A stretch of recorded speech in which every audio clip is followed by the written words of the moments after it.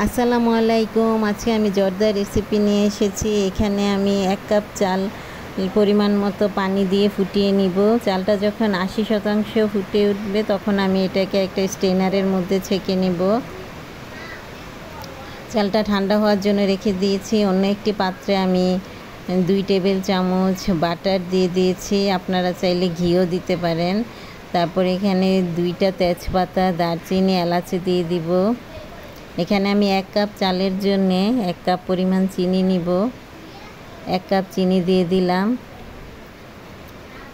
তারপরে 1/4 কাপ আমি এখানে কমলার রস দিয়ে দিলাম। চিনিটা যখন গলে আসবে তখন এখানে আমি ঠান্ডা হওয়া চালটা দিয়ে দিব।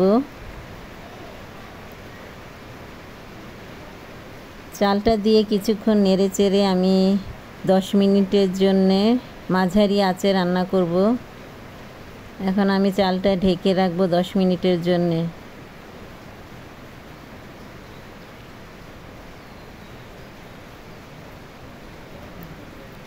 10 মিনিট পরে আমি ঢাকনাটা উঠিয়ে যে আমার পানিটা শুকিয়ে গেছে। এখন আমি এখানে বাদাম কুচি, তারপরে কিশমিশ, মোরব্বা দিয়ে দিব। 2 টেবিল চামচ গুঁড়া দুধও দিয়ে দিচ্ছি।